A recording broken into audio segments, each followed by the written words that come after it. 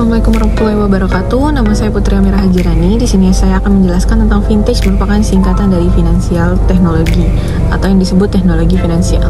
Merupakan suatu istilah yang mencakup sejumlah besar produk teknologi atau model bisnis yang menggunakan teknologi untuk mengingatkan atau otomatisasi dalam proses keuangannya. Nah, sementara menurut National Digital Research Center mendefinisikan vintage sebagai inovasi dalam keuangan.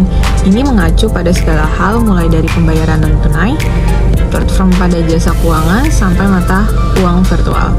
Misalkan ketika kita melakukan pembelian pulsa, telepon di aplikasi, atau ketika kita melakukan transfer uang melalui aplikasi, nah itulah yang disebut dengan vintage. Dan saat ini banyak sekali inovasi yang muncul dalam industri keuangan, mulai dari pinjaman online, pembayaran melalui digital, atau bisa juga berinvestasi hanya dengan menggunakan ponsel kita. Nah, setelah tahu apa itu fintech, sekarang kita masuk ke jenis-jenis fintech. Apa aja sih jenis-jenis fintech itu?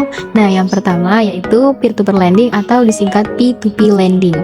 Apa sih itu peer-to-peer lending? Peer-to-peer lending atau yang disingkat dengan P2P lending adalah fintech peminjaman online atau yang biasa kita sebut dengan pinjaman online atau pinjol. Nah, jadi dalam jenis fintech yang satu ini, fintech itu menghadirkan suatu platform yang bisa menghubungkan antara si lenders dengan si borrowing atau si pemberi pinjaman dengan si penerima pinjaman. Jenis fintech ini sangat populer loh karena dikenal dengan pencairan dananya yang cukup cepat dan mudah. Jenis fintech yang kedua yaitu microfinancing. Microfinancing ini adalah layanan fintech yang menyediakan layanan keuangan bagi masyarakat menengah ke bawah yang terkendala oleh sistem perbankan. Nah, jadi fintech ini memberikan atau menjembatani antara masyarakat yang memerlukan dana dengan investor secara digital. Jenis yang ketiga ada digital payment system. Seperti namanya, digital payment system ini memberikan layanan pembayaran secara digital tanpa melalui perantara bank ataupun perbankan. Mulai dari tagihan listrik, pembayaran pulsa, atau juga pembayaran secara online. Jenis fintech yang keempat ada manajemen risiko dan investasi. Nah, jenis fintech yang satu ini bisa kita gunakan untuk membandingkan antara berbagai macam produk keuangan dari berbagai penyedia jasa keuangan. Dan yang kelima ada equity crowdfunding. Nah, jenis fintech yang satu ini atau equity crowdfunding adalah layanan fintech untuk penggalangan dana. Jadi, dana yang dikumpulkan nanti akan didonasikan kepada organisasi sosial ataupun juga bisa diinvestasikan kepada suatu bisnis tertentu. Crowdfunding ini mirip dengan P2P lending, tapi kalau dalam crowdfunding si investor itu diposisikan sebagai pemilik usaha. Lalu apa aja sih manfaat-manfaatnya?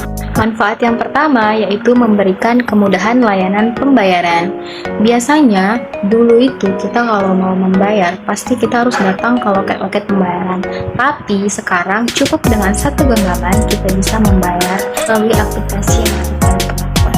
Manfaat yang kedua yaitu memudahkan pelaku usaha dalam mendapatkan dana. Tidak semua lapisan masyarakat itu bisa mengakses layanan bank. Misalkan itu masyarakat yang berada di pelosok desa ataupun masyarakat kelas menengah ke bawah yang memiliki keterbatasan akses sehingga sulit mendapatkan pelayanan dari bank. Jadi dengan adanya fintech ini, sekarang para pelaku usaha itu bisa dengan mudah memperoleh pinjaman melalui adanya fintech. Manfaat yang selanjutnya yaitu mendukung inklusi keuangan. Inklusi keuangan merupakan hak bagi setiap orang untuk memperoleh layanan penuh dari lembaga keuangan secara tepat waktu, informatif, dan juga dengan biaya yang rendah. Akan tetapi, pada saat ini inklusi keuangan di Indonesia masih tergolong rendah. Maka dengan hadirnya fintech saat ini, seluruh lapisan masyarakat bisa mengakses layanan keuangan selama terhubung dengan jaringan internet. Lalu dampak dari inklusi keuangan yang baik maka akan dapat meningkatkan performa dari sektor ekonomi nasional. Nah, sekian dari saya. Wassalamualaikum warahmatullahi wabarakatuh.